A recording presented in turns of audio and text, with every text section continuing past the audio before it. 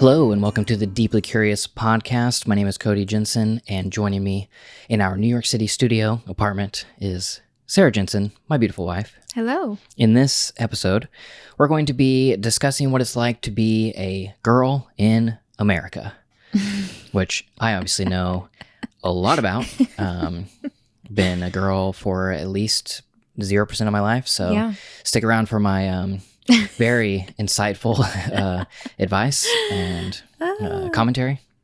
Well, you can have a discussion. Yeah. But before we jump into that conversation, I want to say a huge thank you to Maddie Lane, Greg and Christy Jensen, and Christian B. Schmidt for producing this week's episode. They are members of the Jensen AV Club. That is our Patreon page, and that is a way that you can get exclusive content and deeper access to us over there at jensenav.club. If you would like to check it out or support the show, help us to continue creating what we are creating, you can do that by going to jensenav.club. We also just posted a exclusive members only podcast last week, and there's another one coming out this week.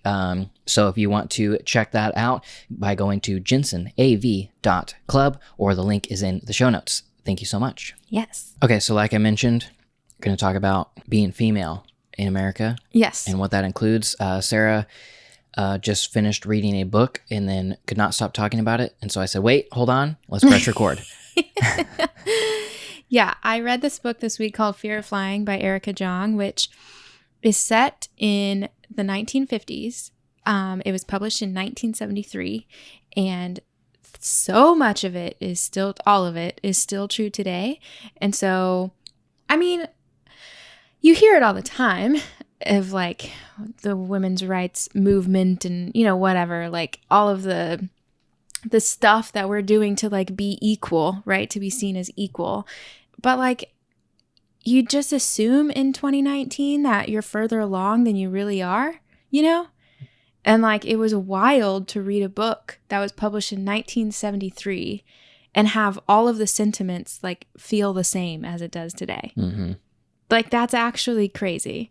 And so it just like, I don't know, I can't stop thinking about it. And I mean, probably also it is a huge topic of conversation this week in particular because of the Alabama abortion laws and stuff being in the news. And so there's just like all the controversy about like who is deciding who gets the rights for women's bodies, you know? So like, it's probably a little bit of that as well. But like, it's just insane. I couldn't stop thinking about it. Mm-hmm.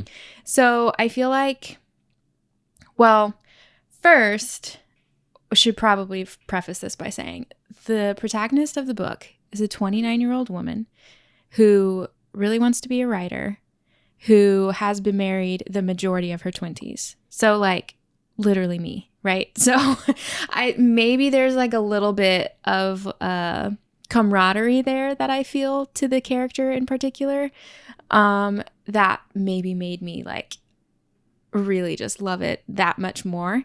Because I don't think that, I never really thought about this before, but there's not a lot of people for me to talk to about like what it's like to be married your whole life. You know what I mean? Like I don't know what it's like to live on my own. I don't know that. I do know what it's like to be married when I'm 20 though. Like, right. And I don't have like friends who know that. So I didn't realize that, like, I think this book also made me realize that too, that like, I've actually never talked to anybody about what it's like to be married in your 20s because I don't know anybody. You know? Yeah, not married in your 20s, but married for the entirety of your 20s. Yeah, that's what I mean. And like, because I don't know anybody who is or has been. Like everybody I know has had some sort of like adventures on their own. They went to college or they traveled the world or they, you know, whatever it is. And I didn't realize that I didn't have any friends who like really understood what it's like to like be married at 18, which is kind of weird because I also don't think it's like a big deal necessarily. Mm-hmm. Like I've never felt the need to have somebody like to connect to on that level. But reading this book made me realize that I don't have anybody that I connect with on that aspect. Yeah, which if you're listening to this and you don't know any part of our story, we got married at 18 and 19 and we've been married for almost 11 years now. Yeah. I'm 29 now. So like literally my entire adult life, 2 years of my teenage life, like I have been married. So like I never really thought anything about it, but now that I like have been thinking about it this week, I think it's weird that like I've never connected to anybody on that, which is, it just feels weird to know, I guess. Yeah. I don't know if it's like a big deal or not, one way or the other, but yeah, I mean, it's just the fact of reading something that makes you feel heard. Yeah, and like I didn't know, even in books, even in characters, I didn't know that there wasn't a character that like that I haven't read a character that like understands that in that capacity, and this book did that, which is kind of crazy. So there's that, like, which I also think that right there can bring perspective and also start a conversation about representation in art. Oh, 100%. Because you would think, I mean, there is a lot of conversation about that now with minorities and whatever, and that's fantastic. I never thought I wasn't represented though. Right. Like I never felt like that was a thing for me because like I'm a white girl, you know, like it's like every single story is written about white girls. Right, so, right. Yeah. But then I read this and I was like, wow, she really knows what it's like to be married at a really young age and to have those like contradictory feelings. And I didn't realize that I never had that before, which is kind of crazy. Like it's kind of blowing my mind even still. Anyway. Yeah, I think like representation in art is huge.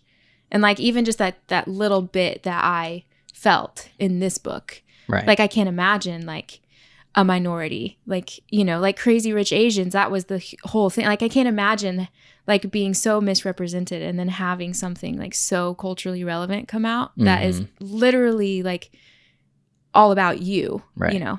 That's cool and should be happening a lot more. And then to think like, so the majority of stories are written about white people in general, but a lot of stories are written about white women. Yeah. And every single one of those stories has different storylines and different nuances. Yes. And it took you this long to find a story that hit a lot of nuance that really makes you feel heard. Right. So to think like, oh, well, I mean, that Asian group got their movie. Right. And you're like, oh, Black Panther came out, you know, it's like, yeah, no, I mean, not that at all. it's a step forward into representation. Right. But also, every single person has a different like perspective and story and nuance wrapped up in everything that they do. So it's like, yes, to be one, to just look at a piece of art and say like, wow, those people actually look like me is one thing. Right. If you've never had that, like, that's insane. And then to say like that person feels like me. Right. They know my feelings, my particular situation is a completely different thing. Yeah. And also on the other side of representation in art, I feel like if you're not of that ethnicity or whatever, like, or sexual orientation or, you know, whatever, like it's still a good thing because you're learning other perspectives. Right. Like it's just needed across the board. And I feel like you shouldn't be upset when something comes out that isn't like from your perspective or whatever per se, because or that you can't relate to. That you can't relate to because you're still learning something about somebody else, which is the point. Anyway, yeah, it took me a long time. I didn't even realize I didn't know what it was like to be represented in that specific regard, right, in that emotional regard. Yeah. Which was kind of crazy and cool. But she taught, the whole premise is basically she goes to this like psychoanalyst convention, I guess. It's like this thing in Europe and all the psychoanalysts come together for like a conference basically. And it has a lot of psychology analogy and stuff like that in it. So a lot of Freudian whatever, because that was huge in the 50s. And so it kind of puts a lot of stuff back to why you're acting the way you're acting, I guess. And like kind of, oh, daddy issues, you know, all those things, all those like psychoanalytic things. But I think it really plays to the idea that like men are just telling you what you feel or why you feel or why you're overreacting. Yeah. Basically, I think it put like really good terms to it, even though it's from the psychoanalysis point of view, because like for the main character in particular, all of her, like, it follows her, like, sexual adventures and misadventures, basically. She's been married for 5 years or over 5 years or something. She's 29. Well, she had been married once. He went crazy, literal crazy, and then had to be, like, admitted. So she got divorced and then got remarried. So she's been married her whole 20s, but this is her second marriage. And she ends up, like, feeling, you know, restless and bored and, like, all these things, right? And runs off with this guy, has an affair. And basically, all the psychoanalysts are, like, telling her whole life that all of her boy issues are because of her dad. And they're, you know, like, it's all that stuff. I think it's just really fascinating to see it put in that perspective of, like, all these men are telling you why you feel the way you feel. Basically, like, what it is to grow up female in America, right? And how all these men are telling you what you think. And she says, growing up female in America, what a liability. You grew up with your ears full of cosmetic ads, love songs, advice columns, horoscopes, Hollywood gossip, more dilemmas on the level of TV soap operas. What litanies the advertisers of the good life chanted at you. What curious catechisms. And then, like, she goes into, but even if you're, like, a clever girl, you know, you're smart, you go to school, you do all these things, there's still that piece of you that, like, wants that, like, man to rescue you, basically. So, like, even if you do feel independent and you do feel like you can do whatever, there's still that, like, piece of you that wants to be rescued, but then also that feels guilty for not being rescued, basically. And so it's this, like, idea, like she says, a woman is always presumed to be alone as a result of abandonment, not choice. And she is treated that way as a pariah. There's simply no dignified way for a woman to live alone. Oh, she can get along financially, perhaps, though not as well as a man, but emotionally she is never left in peace. Her friends, her family, her fellow workers never let her forget that her husbandlessness, her childlessness, her selfishness, in short, is a reproach to the American way of life. And then she says, even more to the point, the woman can never let herself alone. She lives as if she were constantly on the brink of some great fulfillment, as if she were waiting for Prince Charming to take her away from all this. All what? The solitude of living inside her own soul, the certainty of being herself instead of half of something else. And I feel like that, regardless of, like, if you have a healthy relationship or a healthy view on marriage and relationships and whatever, like, that is, like, the feeling that I think literally every female in America can understand. The, like, guilt of wanting to be your own person, but still, like, feeling like you should just be half of somebody else. You know what I mean? I mean, we perpetuate it in America, do we not? I think maybe even a little bit on the guy's side too. But it's like she said in the book, a guy can be single without feeling that guilt. Right. Like, it's not so bad for a guy to be single and bachelor, especially if it's, like, between relationships. Oh, he's just doing what he does, letting off steam, you know, whatever.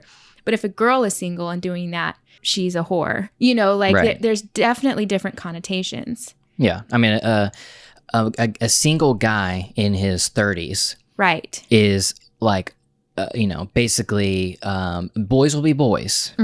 You know, that's the attitude. And, like, it's just, you know, that's what it is. Like, even if it is commitment issues, or even if he's fully secure in himself and he's, like, dating around or whatever, he's like, oh, good for him. Like, he's, you know, killing life. Yeah. But a woman single in her 30s, generally I witness that is viewed as sad. Yes. Yeah. There's, like, a question of, well, why isn't she married?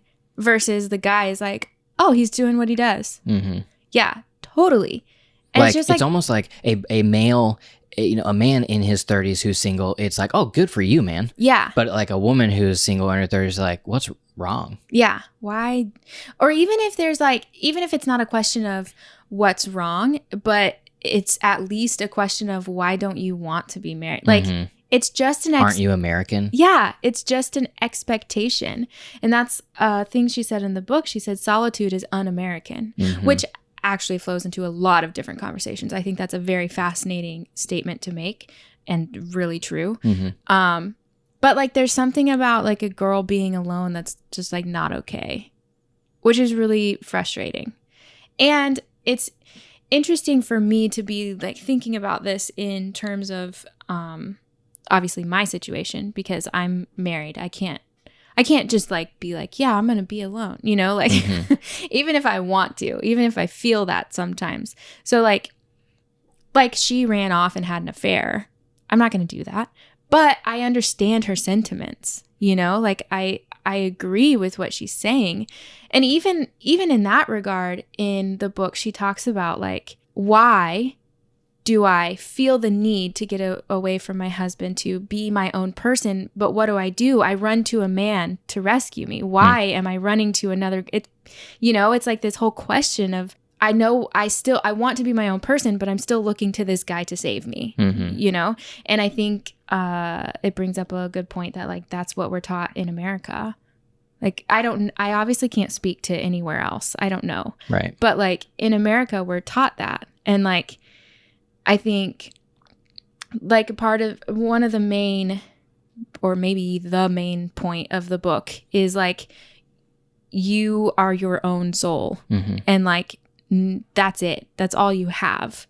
And that's okay. Like, you don't need another person to save you. And like, that's not the point of marriage. But like I said, again, in America, I do think we're like taught that. We're not taught that we are our own person. I don't know theologically, like, you know, the truth in this, but right. We are taught that if, you know, when you're married, or in general, that men and women, they are two halves of one whole. Right. Instead of two wholes in partnership. Right. And I think that, and you are taught that through like the language is two halves of one whole, right. But what is shown, what is promoted is two pieces of one whole, and the man happens to be 75% of it. Yes, exactly. The main point is like she talks about that, about how like just because you get married, like it doesn't take away like all the other things that you want, pretty much. Like she says, she wants to be annihilated by love. And then she says, nobody bothered to tell you what marriage was really about. You weren't provided, like European girls, with a philosophy of cynicism and practicality, which I thought was really funny. But it's about basically how, like, you still have all of these other desires, like after you get married, that apparently in America, at least, we're taught that we don't want anymore. But that's not the case. And she says, what about those other longings which marriage stifled? Those longings to hit the open road from time to time, to discover whether you could still live alone inside your own head, to discover whether you could manage to survive in a cabin in the woods without going mad, to discover, in short, whether you were still whole after so many years of being half of something. Like, that's exactly it. Like, when you get married, you're taught that, like, you don't want any of this stuff anymore. You don't want to run off on your own and be in the woods. You're supposed to want to run off and be with your spouse, right? Like, that's what you're taught. But like, those don't go away because we're still human beings. And also, if you have those feelings, then you need to question your marriage, because if you have those feelings, I mean that you may not truly be in love, or your marriage may not truly be what it is. And so it's basically in the same thing in, Protestant Christian culture, in the fact that if you doubt, that is wrong. Right. So it's like, if you have this desire to go on a solo backpacking trip, like, then you need to question why you're with your spouse. Because that means you don't love them like you should. And it's just so irritating, because the point of marriage is not to be with another person 100% of the time. Like, that's not, anyway, I don't really know how to articulate it, but like, in American culture, and I also think in the church culture in which we grew up, it's very much taught that like, I don't have desires outside of whatever our marriage is. And that's not true at all. Like, You've seen Harry Styles. I've seen Harry Styles. But even like, I do want to go on solo trips. I'm planning to go escape not a cabin, but a cottage, you know, for a month or something by myself. Like, I want that.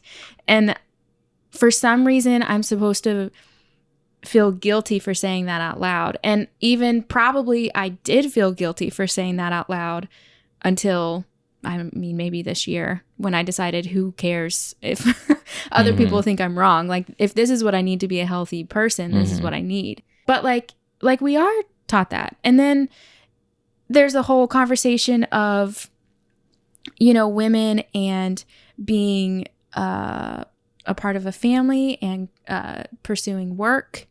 And what does that look like? And she talks about that too, about how she wants to be a writer. And so she, you know, she's looking for this inspiration, right? And she said in the book that for a long time, until she was 21, she measured her orgasms on what these female characters in books, on what they were experiencing, and didn't realize that the female characters in the books were written by men. You know, so you're still, now, luckily we have female writers now and who are being recognized, and we're making progress. But even then, you're basing your female experience on what a man thinks a female experience is, you know? And I think that that's still prevalent today, you know? Like, men think that our interests are their interests. Right. That's not true, you know? And like, she talks about how if you, as a female artist, if you choose work over family, the only thing that it seems that the female artists who chose their art over having a family, the only thing they could paint was family, was children. The only thing they could write about was the fact that they didn't have children, you know, like that kind of thing. The guilt. If you chose family, you became a cynic because you aren't doing what you're passionate about. Men don't have that choice to make. And I think that choice is still prevalent. I think that women still get a lot of guilt for choosing work over family. Definitely. Or for choosing family over work. Yeah. I mean, I think there are plenty. Camps, yes, I think there are plenty of people who look at women who choose to be moms and scoff at them, you know, because that's the time we live in. Like, you need to be a modern woman and stand up for feminism and like, exactly, you know, whatever. And it's like, well, by making the choice to do what she wants, which is to be a mom, that's feminism. Yeah. And like, I think, again, it's just a way to keep us feeling guilty, you know? And she talks about that in the book. She says, well, she made up a quote, but she said, do you know what Teddy Roosevelt said? She said, you do not have to abuse a woman if you can make her feel guilty. You don't have to abuse her into doing what you want. All you have to do is make her feel guilty for choosing something. And she said, she attributed it to Teddy Roosevelt, but it wasn't his quote. She said, show me a woman who doesn't feel guilty and I'll show you a man. And I think that is like the truest statement even today. Yeah. You know? And it's just like all of these subtle things. I mean, obviously there's the major issues. There are the rights that women have over their bodies, and who's deciding it's all white men who are deciding, you know, the abortion laws and whatever. Like, there are major issues, but even in the subtleties, even in the ways that we operate as women, I mean, we do it too, because we are so ingrained in culture, and like we're told these things over and over and over again. So then we start to maybe sort of believe them, but then we also have this contradictory feeling, you know, and there's this like confusion between the two, and then we're confused. And then what do men do? They blame it on PMS. You know what I mean? They're like, well, you're confused because you're a woman, because you have PMS. It's like, no, it's just that culture told us to be confused. You know what I mean? Yeah, we saw a clip yesterday of, I think it was in the trailer of a documentary, but it was a newscaster was asking a pundit of some sort. I don't remember who it was, but it was like, so let's say that a female was elected to president. You know, okay, so what's the problem? You know, or whatever. And he said, what's the problem? You mean other than PMS and mood swings? Exactly. And it's like, it's just so irritating as a female to not be able to like express that, to not say, I'm confused because you are forcing me to be confused. You know what I mean? And also not to be able to reconcile it within yourself. Like I have every single one of those contradictory feelings that she is talking about in this book. Mm-hmm. Every single one of them. And I don't know how to reconcile them. You know what I mean? What do you do? I don't know. But it's frustrating as a female to have to feel like, you know, there was this one part in the book where she was arguing with one of her psychoanalysts about what it means to be a woman, you know, which she's like, you don't even know because you aren't one. Mm-hmm. Why am I listening to you, you know? And she, within the argument, got really irritated with him for the way he was making her feel about herself, because she was like, I know he's reducing it to basically, I'm having to cut out all of the subtleties. I'm having to cut out the nuances, and I'm having to generalize everything because he won't listen. And I know that I'm not correct in my argument because it's more nuanced than what I'm saying, you know? Even that, I'm like, yes, I cannot argue what I actually feel because culture says you're just confused. You don't get it. You know, you're just emotional. You're emotional, whatever. And that's not true. The truth is that everything is too many shades of gray for that, you know? And like, but even in that, you can't argue what you actually mean because they're not listening. Like, it doesn't matter what you do because they're not listening. Right. It's a weird scenario to be in. And even in talking about it, my mind is going, you do not have it that bad. You do not have it as bad as most other people in different countries or even in America because you get to be white. Like you are not as bad off as.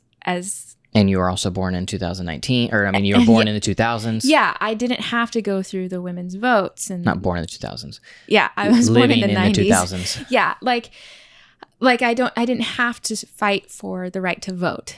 I'm very grateful for that. You know what I mean? Like, there are certain things that I know I don't have it so bad, but like the subtleties are still there. The feelings are still there in 2019. And that's wild to me. Yeah. I mean, essentially that you can read a book written by a woman that was published in the 50s. In the 70s. In the 70s. Set in the 50s. Yeah. So obviously in the 70s, she was writing about the 50s, but had the same sentiments 20 years later, that it was all the same. Yeah. Then you are reading it decades later, and you're like, this is all still just the same. It's just the same. Yeah. And in the foreword for this book, so this edition came out in 2013, and she says, my 11-year-old daughter, at 2013, my 11-year-old daughter recently asked me, do you think it was more fun for Cinderella when she was just nobody? Or do you think she has more fun when she goes to the castle and meets the prince and goes to the dance? 11-year-old girl in 2013 is still asking these questions. Is it better if I have a man, or is it cool if I'm just nobody? And also, why are we nobody if we don't have a man? You know, like 11 years old, and she's still she's asking the same questions we're asking. You know what I mean? Like, it's not something that's like that you can ignore. It's not something that you can say like, oh, well, we've definitely progressed. We have. But the undercurrent of American culture is that. Is it cool if I'm nobody, or should I go to the dance and meet the prince? Like, that's the underlying culture. How do you change that? I think, you know, you can't argue that we've made progress, because if that's the question that an 11-year-old girl is asking, then we've done nothing. You know, I obviously say that. Right. Not literally, but that has to change in order for equality to happen. Yeah. I mean, you can have equality in the major things, but like if you still go home and feel inferior, not to say that like marriage makes you inferior or that your husband is making you inferior or your significant other or whatever, but like if you still feel inferior because of the way culture is making you ask that question, then we're not done. we haven't progressed. Right. Like a little girl shouldn't be questioning, is it better for me to be with a boy or is it cool if I'm nobody? They should just know it's cool whatever I do. If I want to meet the prince, then I'm going to meet the prince. And if I don't, then I don't. And I'm still me no matter what. The guilt. It's that guilt. Do you think that over the last 5 years we have regressed? Or do you think that things have just become out in the open in the last 5 years? I think maybe a little of both. Now, I have obviously it's my own view. I can't really know like experience as a whole, but I think everything is more open, which does make it seem like we haven't progressed, right? Like there is the like, oh my God, I thought we were past this, but really it was all just in secret. That's true. So I think it is partly that it's just in the open now. At the same time though, and I'm going to use obviously the election as an example because it's just like, I think the biggest example we have, but the fact that like, and I don't want to generalize a people group either. And I know that that's how this is going to sound, but at the same time, in 2016, 53% of white American Christian females voted for Trump, even after everything he said, even after, so, and I'm not saying, I don't know what that means, I guess, but I think it means that we don't realize what we think about ourselves as females. I think, again, I only have my experience, and I do think that the church in some ways teaches submissive female dynamics. I mean, there are a lot of churches where females still can't preach. Right. They can't be on staff or whatever. Like, that's not okay. Like, I disagree wholeheartedly with that. And so I feel like, I do think on some level that that's still being taught somehow. I don't really know how, but I do think it is. And I think it's indicative. I think that number, that 53% is indicative of something. Right. I don't know what exactly. Yeah. I mean, it's baffling to look at those statistics of like that somebody can stand up and speak vile things about you. Right. Like it's your actual person group. Like not calling you by name, but everything that you are is being spoken about in such a vile way. Right. And still not only vote for, because I mean, I think that you can get into voting and there's way too many nuances because they're like, I'm going to look past this because of these huge issues that I'm like, I can't, forget. But then to support. Right. Continually support and not say like, and not get in, basically don't give it any nuance of just like, I'm a part of this tribe. I'm in it for the long haul. It doesn't matter what is said about me. Right. Which obviously that's not everybody, but there is it is seemingly a majority. Yeah. It feels that way. Yeah. I feel like, so I think it's maybe a little of both. I think maybe it seems like we haven't progressed as far as we have because it's all in the open now. But then also maybe that means we haven't progressed as far as we have. I don't know. I mean, the fact that like, I think the fact that the Alabama abortion laws happened is maybe indicative that we're regressing. I mean, whatever you want to say about abortion is your own opinion. It's not really about that. It's about the fact that all white, a group, a panel of 40 men of white old men voted for what women can do to their body, their own personal self, and that I think is indicative of maybe regression. I think, I don't know. I don't actually know. I think it's really complicated, and I'm obviously not the most educated on all of the subjects, but I know like that I have felt all of these feelings. I have felt these sentiments of like, I'm supposed to want to like want this. I'm supposed to want to just like further your dreams, you know, and not really like worry about mine. I'm supposed to want to come home and cook and clean, and I'm supposed to want to be the supportive wife. I think that just everything that you said, if you were to do those things, what would they say you are? A good wife. Right. Exactly. If you are a person who cooks, cleans, you know, make sure that, you know, basically be a great homemaker. Right. And then make sure that your husband is fed and watered and pleasured. Like then you are given the label a good wife. Yes. But then also you're supposed to bring home 50% of the income because everything's too expensive now.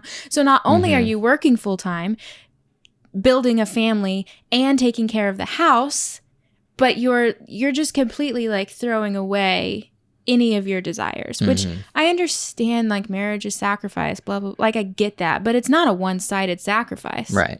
Like a guy should sacrifice crap too. That's the point, you know? And I don't feel like men are asked to sacrifice. Like it's not the assumption in American culture that the guy is going to sacrifice for it. No. It's not the assumption. The assumption is that the woman's going to sacrifice for the family.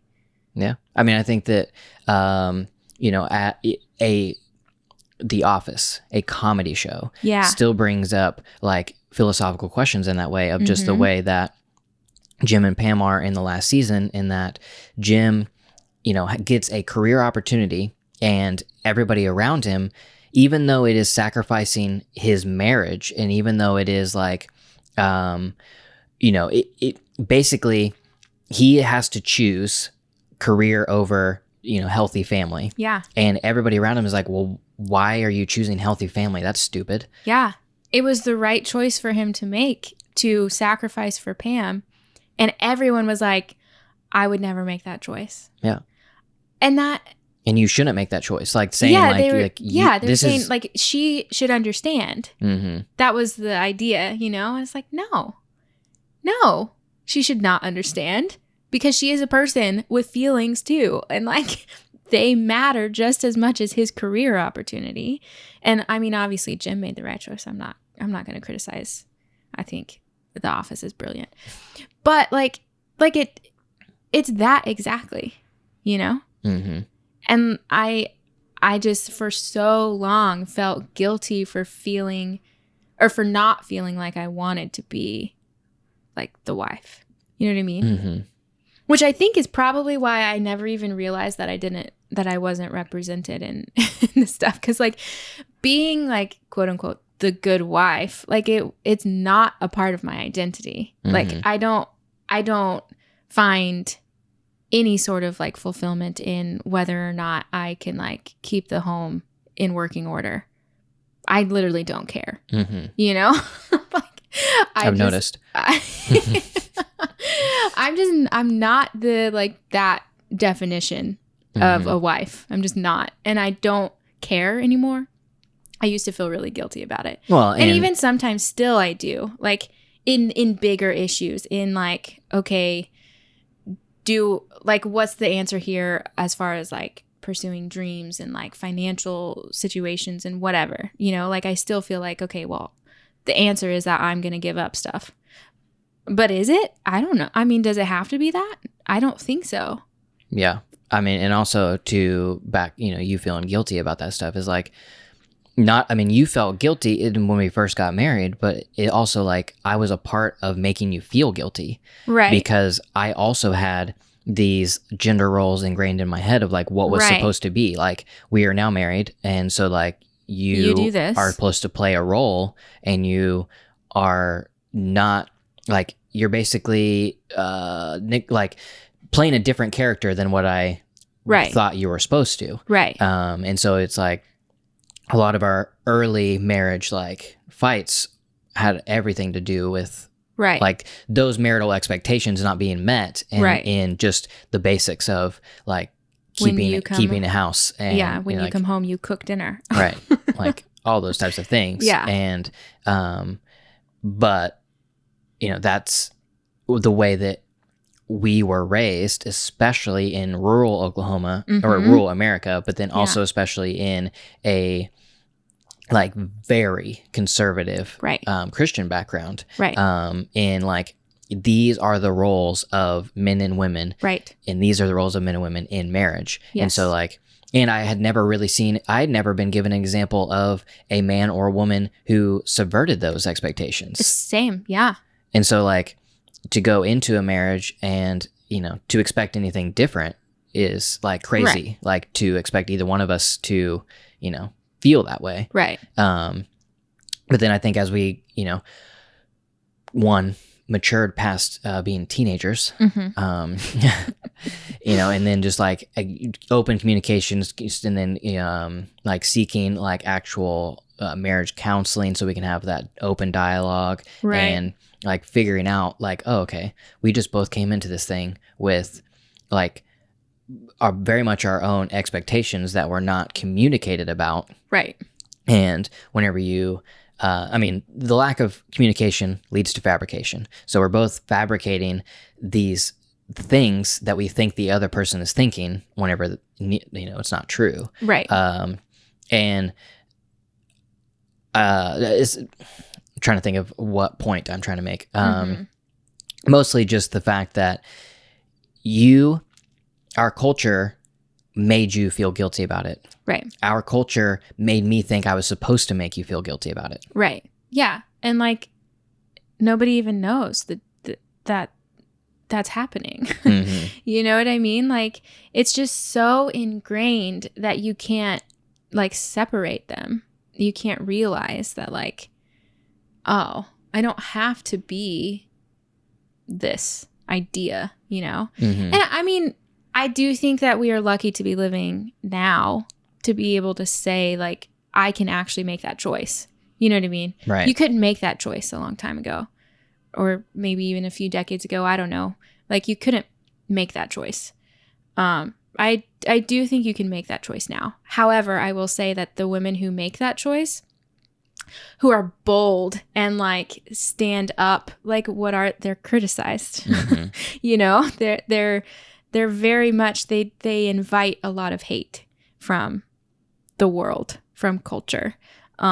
Even if you're, you know, like standing, obviously talking about like what it means to be a woman, all of these whatevers, but like if you're talking about like sexual adventures, you're now a slut. If you're you know what I mean? Mm-hmm. Like there's just there's still such a connotation on what it means to be female that hasn't gone away. Right.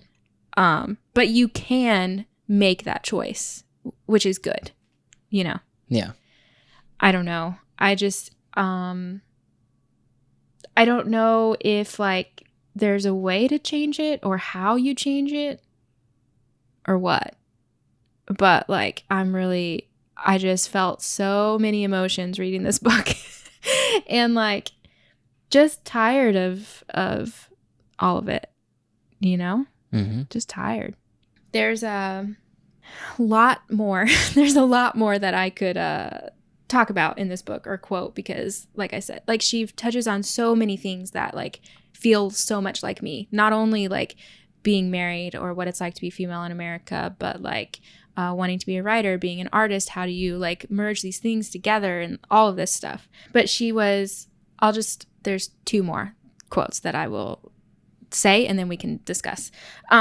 She was talking about, she was reading through her notebooks, her journals basically, and after the affair, after she left this guy and she was going home to her husband, and she was like I don't know what's going to happen, which that was a cool thing that she didn't. She said in a 19th century book they stay together, in a 20th century book they divorce. I don't know what's going to happen to me. And I thought that was interesting too, just like the way that stories like progress and change, which is kind of interesting. Yeah. But so she was flipping through the pages of her journal and she said, a curious revelation started to dawn. I stopped blaming myself. It was that simple. Perhaps my finally running away was not due to malice on my part, nor to any disloyalty I need to apologize for. Perhaps it was a kind of loyalty to myself, a drastic but necessary way of changing my life. And then she says, you did not have to apologize for wanting to own your own soul. Your soul belonged to you for better or worse. When all was said and done, it was all you had. which I think even that idea seems kind of crazy. Like, perhaps I did not do this out of malice, and perhaps I don't need to apologize for what I did because I did it for me. Like, it was something that needed to happen, like, again, it's maybe a drastic situation because it's a book, but like the sentiment is true. Like, I don't need to apologize for wanting to go off by myself. You know what I mean? But this is the thing that's basically like, that's apologizing for having wants. Yes, exactly.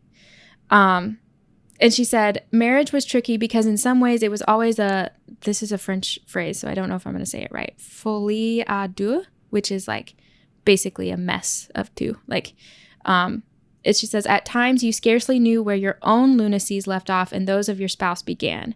You tended to blame yourself too much or not enough for the wrong things, and you tended to confuse dependency with love, which I think is fascinating because I think that's true. I think a lot of times in marriage, you don't really know if it's your problem or their problem or both of your problem. Like, I think the idea that like you tend to confuse your lunacies with theirs and theirs with yours is just a fascinating and true. Yeah. Like, and the fact that you tend to feel like, at least as a girl, I don't know if, but like you tend to feel like too much. Like, you blame yourself for like your spouse is crazy, and vice versa, which is kind of interesting. I think mostly just the idea that like you don't have to apologize for wanting to own your own soul is like the core of this book. And I think maybe the place that we need to get to in society. I feel like there's still, I do think that there's a lot of that going around. But like I said, the underlying current I still feel like is this idea of like, can I be nobody or do I need to meet Prince Charming? And like the idea that like you own your own soul. That's it. Like, nobody else is going to do that for you. Just you. Like, we're not there yet, I don't think. But the last quote, she says, people don't complete us. We complete ourselves. If we haven't the power to complete ourselves, the search for love becomes a search for self-annihilation. And then we try to convince ourselves that self-annihilation is love. Which I think is really fascinating because I think that that's true in the way we search for love. We search for somebody else to like be us for us, which is self-annihilation. And then like we seek to destroy ourselves in searching for love, right? And then we think that self-destruction is love. And it's just like this terrible like cycle. I feel like, and I think that's prevalent today. I think the way we search for love is definitely that. Like, we are looking for someone to take us away from ourselves, which is not the point of love.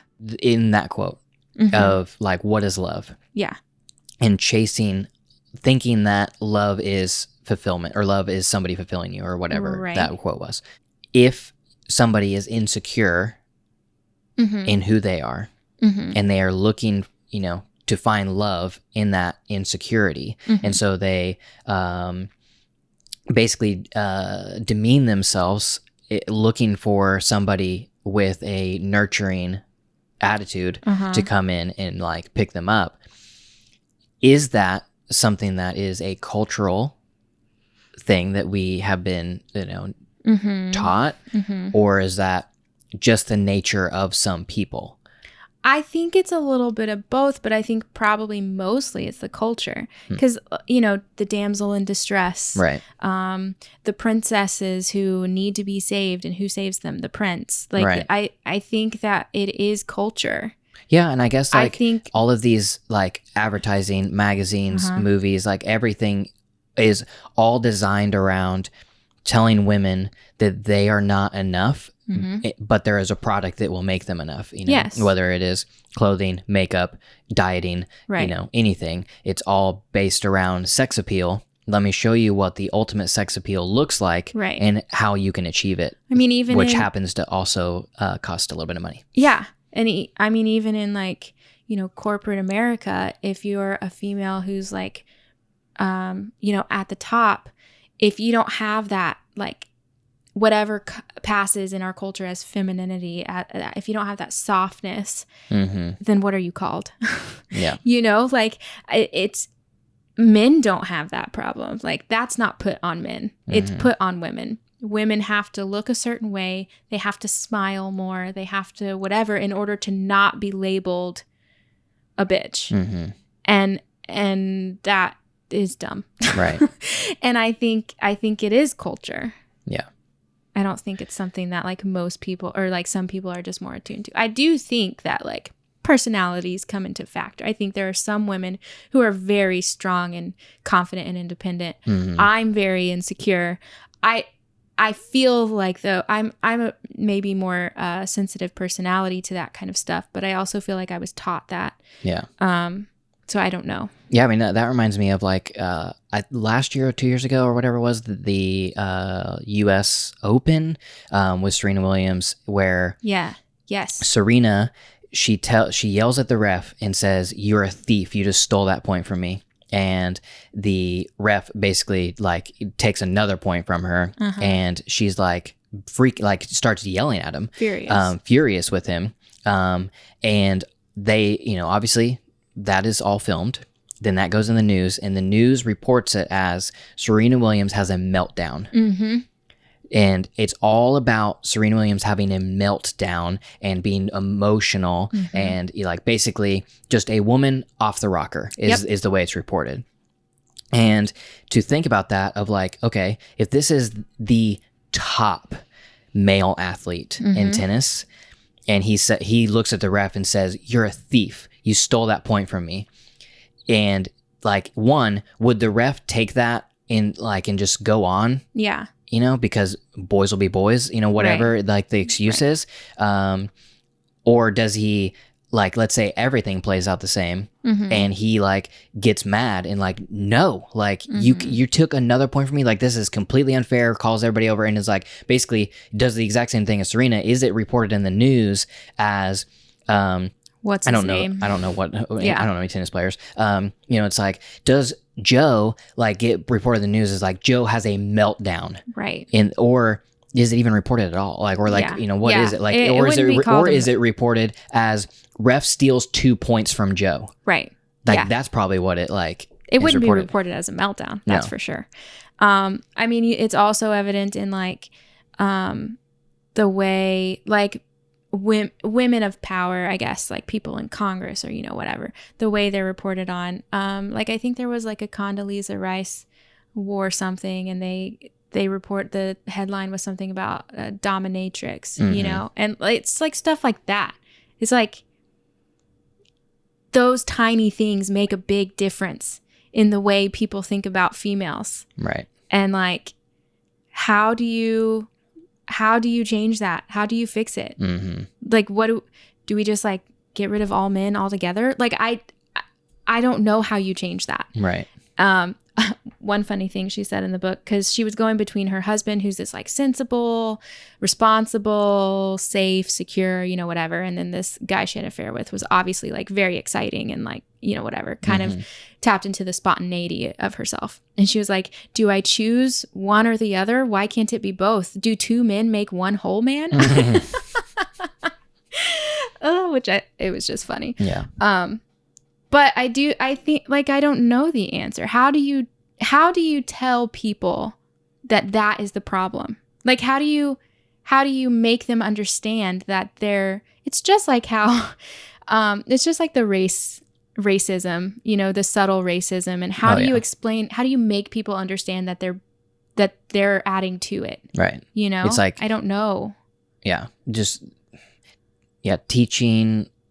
I don't know. I honestly don't know, because I don't even know if it's right to teach people that aren't asking to be taught. Like, right, because you're entitled to your own opinion, blah, blah, blah, blah, blah. And I'm not saying it is or it isn't. Like, I lean towards it, you should be taught and people need to be educated and things like that. But I'm also not about forcing my beliefs on people. Right. And also there is so many like members of the thought police going around, and it's it becomes basically in the same way that I never really talk about not eating meat because I don't want to be associated with toxic vegans. Right. Like, I don't want to be associated with toxic people who just like are just a mob of people Right. looking for any mistake that any human ever makes so that they can make themselves feel better about their own sins. And so it's like the concept of like educating people who Right. aren't asking to be educated is it takes I feel like the only way is to actually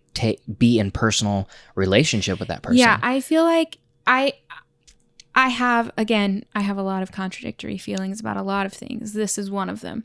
I feel very strongly that you should stand up for your beliefs. I feel very strongly that you should try to and when I say try to educate, I don't mean like yell at people, but like that you should try to educate people who aren't educated. I think the only way people learn is because other people open their eyes, you know, and if they're not, you know, naturally somebody who seeks out information, you should be kind of a vessel for that, for them, you know. I think that I like maybe quieter teaching, subtle teaching. I don't think that you should scream. Well, also nobody has ever actually learned by well, that's yelling what I'm at them. saying. It doesn't change anything. Yeah. It just starts an argument. So I am a strong believer in standing up for your beliefs. I'm also a strong believer in not forcing your beliefs on other people. I think discourse and dialogue and context, and it's missing. It's missing in our current culture. But I think all of that is very important. Yeah. Empathetic conversation is the only way to lead towards change. And you can leave that conversation with that person still disagreeing, but that doesn't mean that it wasn't worth. Yeah. An empathetic conversation has never happened on TV. It's never happened on Twitter. Yeah. And it probably will never happen in general, like as far as like in a form outside of personal relationship with somebody. I feel like or it very rarely happens. One-on-one, non-public conversation. Yeah. Like I said, I do think that there's something to be said about, like, if you have a platform, use it. I believe in that. Like, you should use your voice for what's right and what's good if you have a voice to use. Right. But I feel like there's a difference between bringing awareness to a conversation. Right. And changing people's minds or like teaching people. Like, let's say you use your platform to bring awareness to something. I feel like somebody becoming aware of something is different than using your platform to yell and scream and, you know, tell people that they're wrong and how they need to change. Yeah. Yes. Because there's no empathy involved. I agree. The way to use your platform to bring about change would be to tell stories that people empathize with and like, oh, wow, I didn't know that human existence, I didn't know that humans had those experiences. Right. And that leads to bringing more empathy into your life, which leads to you feeling differently about that subject than you did before. Right. I agree. I agree that the way for like true change is empathy. But I also think sometimes like righteous anger is okay. Yeah, righteous anger is definitely.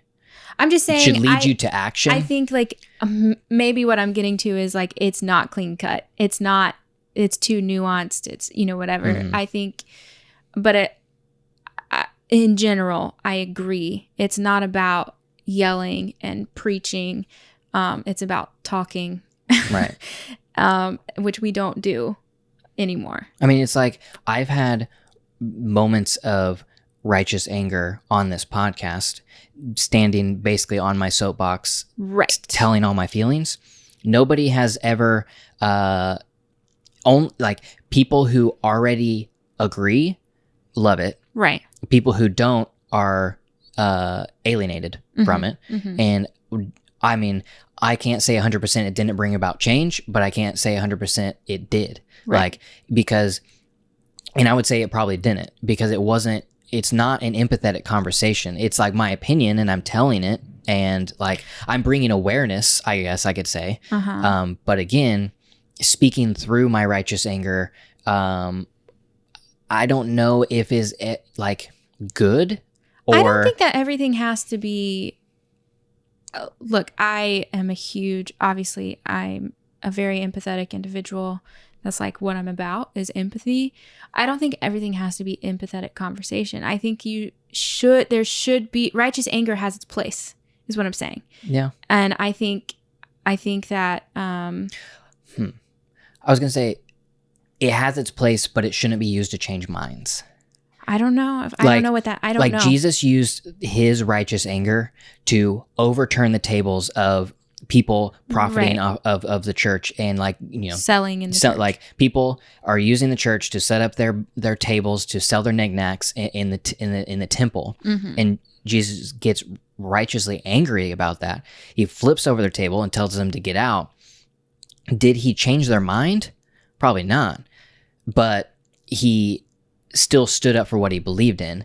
And so it's like, it's not that ultimately was, told to us as a model, not for how we should treat all people, but there are some people like the Pharisees in that story. You're not going to change their mind, so you just have to basically maybe that's what I'm saying. Maybe for whatever gets them out of the temple. Maybe that's what I'm saying. There's a place for that. I don't know what it is. Obviously, I think everything is everything's confusing. I think the time we live in and how to even know what's an argument and what is dialogue and what is, I don't know if any of it is definable anymore. Well, you just have, but I think, I do think there's a place for righteous anger. I think there's most of the time it should be empathetic conversation. But I think there's a place for righteous anger. I think if you're not getting mad about something, then you're not paying attention. Yeah. It's just like, how do you handle the anger? Right. Yes. I don't know. I think you should take that righteous anger and use it as fuel to totally create, whatever. Like obviously politicians get righteously angry about something and they go into politics to go in and change that. Right. But I don't think they're going to actually change it by yelling at people. No, but I'm just saying sometimes there's a place for it. Yes, I mean, and and this is a question I'm asking myself because I have a tendency to get righteous anger in me, right? And I say it and I spew it, and in my same way of everything that I've recently been struggling with capitalism. I have a righteous anger against capitalism, and I've not been shy of saying it, but it goes to am I changing anybody's minds through that? How do I channel this into something that actually creates change? Right. I think, yeah. I mean, I don't know. And then also, should my goal ever be change minds? But then, yes. I feel like if you're not hoping for a better world, if you're not working for a better world, then there's no point. But then it's what obligation do I have to do that? I think you have an obligation to yourself. Because I think here's what I think. Maybe. I don't know. I think if you have a righteous anger and you do nothing about it, then you become a bitter cynic. Maybe. Yeah. If you have a righteous anger and you try to make some good, you are an artist hoping for a better world. And that's always a better option. Yeah. Even if you don't succeed, even if you don't actually change anybody's minds, even if whatever, at least you didn't become a bitter cynic. Right. But I feel like if you do nothing about your righteous anger, what's the point? Yeah. I mean, I totally agree. I've just been down this thing. I do agree that you owe nobody anything. I think that's true. I think as a person, I have, well, there's lots of ways you could look at it. I think as a person, you have no responsibility to anybody else on this earth. I think that's true. I also think you have every responsibility to leave it better than you came. So, again, contradictory feelings. I feel happy holding both of those truths in my hand. And I think you have to get to that place. I think that all of us need to be able to hold multiple truths that contradict each other. Right. That's life, And I feel like that's true. But I think if you do nothing with your righteous anger, you just become bitter. And that doesn't leave the world better. Even if you don't have a responsibility to change other people's minds. Yeah. Right? I mean, I agree. I've just kind of been wrestling with this thought of like, if I find contentment, which ultimately is happiness, in what I'm doing in my day-to-day life, and I like ultimately feel right, fulfilled and content in living, and engaging and trying to change other people's minds makes me unhappy and makes me cynical towards humanity.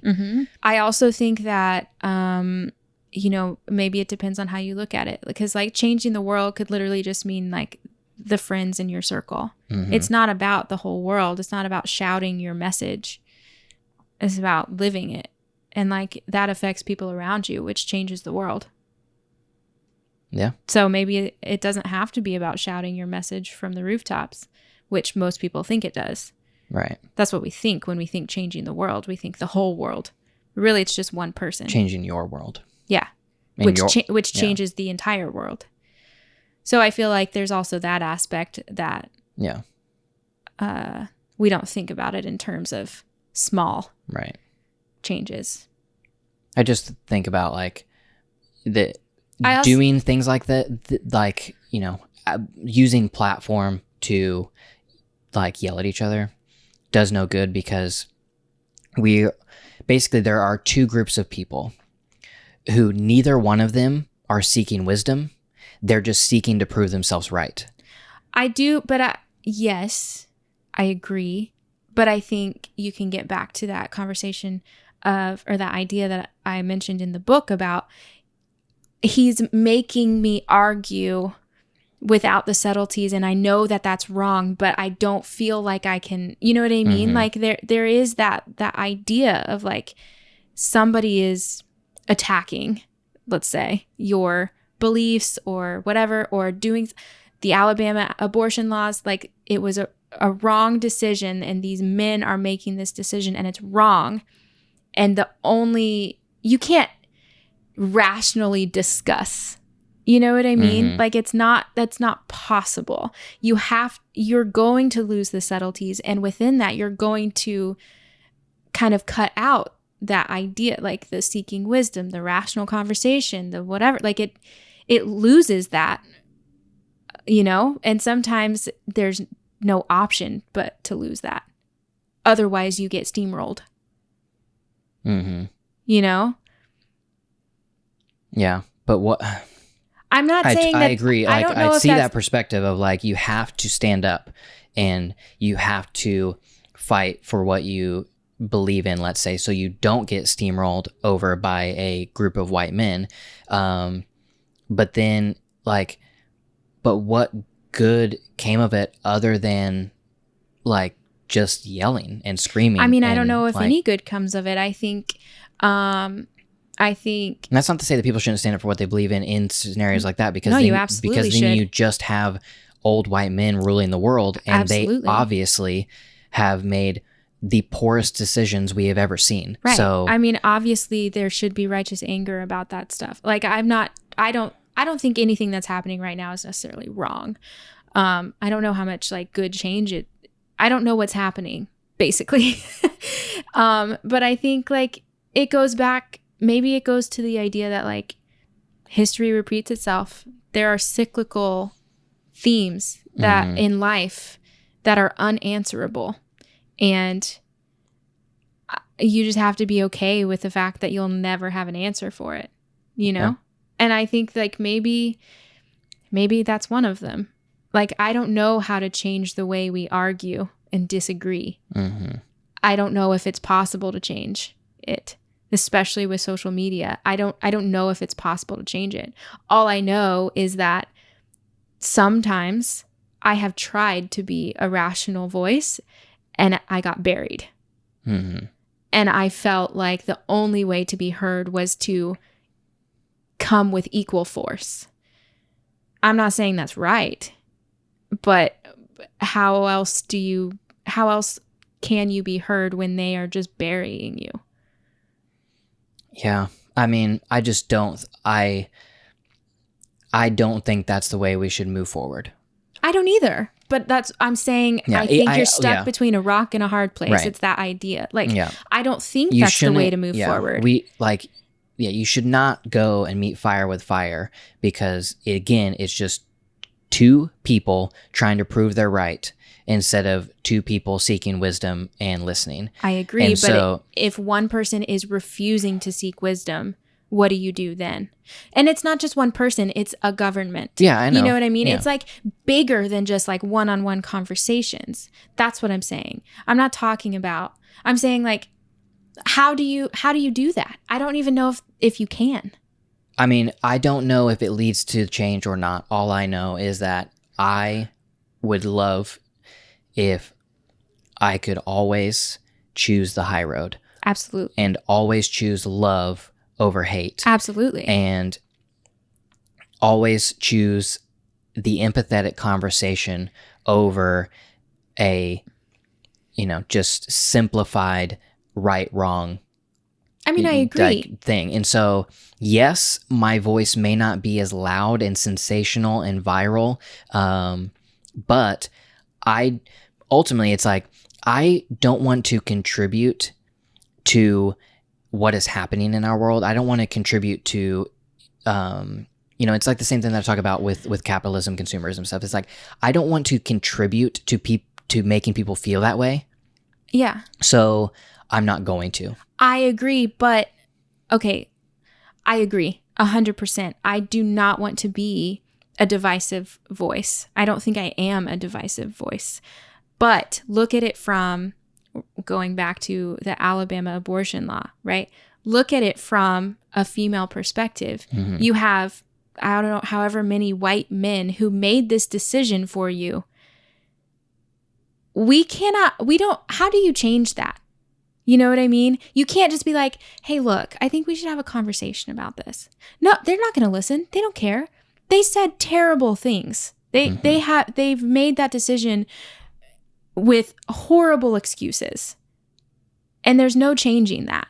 So like, as a female, you can't just be like, listen, I think we should have a discourse about this. I feel blah, blah, blah, blah, blah, and like go about it in a rational way. You can't do that. Like, it's not going to change anything. It doesn't change their minds. Nothing we say is going to change their minds. Not even our outcries, not even our righteous anger changes their mind. Changes our government's mind on women. It doesn't. So like, how do you change? How do you actually create change on a big scale like that? I'm not saying righteous anger or shouting your opinions is the answer. I'm just saying maybe civil discourse is not going to do it for you. I don't think that they care. I mean, I agree. And I think that there is the argument. I'm just saying sometimes you have to scream. That's what I'm saying. I'm not saying that it changes anything. I'm not saying that it's the right answer. I'm not saying it's the wrong answer either. I'm just saying that you come to the end of your rope. Mm-hmm. And that's literally your only option.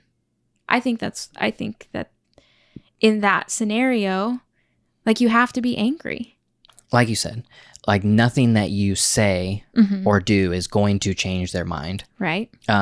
So if you scream, yell, and come across as being irrational, that's going to hurt the cause more than it helps. Yeah, but being submissive is going to hurt the cause. But I don't think you have to be submissive. I think you could be subversive in the fact that, like, standing up and being more intelligent in the arguments and putting together, like, let's say, very intelligent, empathetic think pieces in all forms of media, of, right. Newspaper, magazine, media, like documentary, whatever it is, like, and obviously, like, film takes way longer than the conversation has to happen much faster than that. But still, having published pieces and different things like that make, hopefully, bring nuance to the conversation, make people ask more questions than like yes, no, or like whatever. Yeah. Anyway, I understand. I just think there is more confusion. And I think we both agree. It's just the fact that I have a hard time thinking that like that the mob can actually change something. Well, I don't know if it can change something or not, but I think sometimes you just have to do it. And maybe that's true. I don't mean like the female mob either. I mean like there are mobs that are kind of on my side or whatever, like right. that. But I don't think that like that I would be comfortable like being like, yeah, I kind of identify with all those things they're saying, but I don't think that the mob mentality actually changes culture. Or actually, I would say the mob mentality is culture now. And the only change it does is get people fired. It doesn't actually change people's minds. It doesn't actually like create a better world. I don't disagree. I really don't.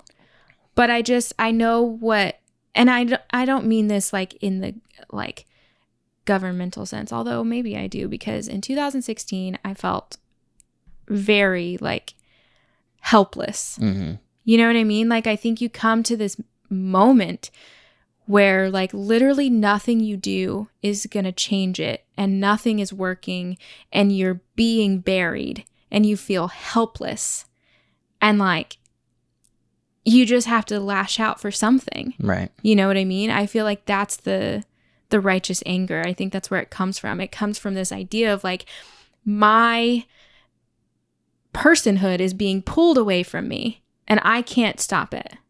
So I'm going to yell and fight back because I don't know what else to do. You know? Right. I'm not saying that it's changing anything, especially in the culture we live in right now, but I do think that it's necessary sometimes. Yeah. That's all. Yeah, But would I rather have rational conversation? 100%. Do I get on Twitter? No.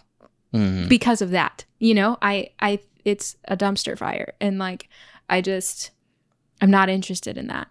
But I think that there is something to be said for being vocal sometimes. Yeah. And there's not right or wrong in this conversation. Like, I think that there has to be both. It's just, I am just questioning whether the pitchfork mob makes the world a better place. And right. I think that sometimes it can, but it's being overused in the fact of just, you know, basically the thought police of like, the mob is being used for the wrong things of like, if you think any differently right. than, you know, them, then like you are alienated, you are ostracized, and you are made right. into the bad guy. But at the same time, if we are a government represented by the people, then the people need to stand up and say, represent us. Right. So, but obviously has a march ever changed anything? I mean, I don't know if we can really tell, you know? But to be fair, the women's movement, I feel like, started with marches. They did a lot of marches, right? Yeah, but did it change anything? I don't know. I mean, I guess it's just maybe bringing solidarity and bringing awareness to like other people. There's something to be said for like people coming around an idea. Yeah. And that's what a march can do. And I'm just asking a question. Right. I mean, I'm sure there are marches that have changed things. I mean, obviously there were huge civil rights marches that we right. still talk about today. And the fact that we still talk about Selma and all these different things like right. means that they led to a conversation at least that went on to change something. It was culturally important. You know, And I guess maybe the marches we're having right now, we won't know for a long time or maybe ever in our lifetime if they were important or not. But I do think there is something to say about solidarity, which right. a march can bring. Yeah. If you're careful. Definitely. I don't know. Anyway, it's a crazy subject, and I don't know what I think. I don't know either. But I felt good feeling heard in a book that I didn't even realize was a thing. Yeah. I mean, I feel like there are pieces of me in lots of books. Like, I've always felt like, oh, I can find myself in this book. Like, even if the character, whatever, like, it's like some young boy, like, oh, yeah, I feel this. You know, like, I always felt like I could identify with something. Right. Which I do think is true. I think you can if you're, a good person. Like if you're really trying to be empathetic, like you can identify with other people. But to read a person that was literally me was a new experience. To be heard to your core. I'm glad it happened. Yeah. All right. Well, we should wrap up the conversation there. Thank you guys so much for listening to Deeply Curious. Sorry if we offended anyone. Supporting this show on Patreon at jensenav.club. If you want to check it out, get some exclusive content, some deeper access, and we will be releasing member-only podcasts over the next few months. So thank you guys for listening. And again, that is jensenav.club, and we'll see you next week. Bye.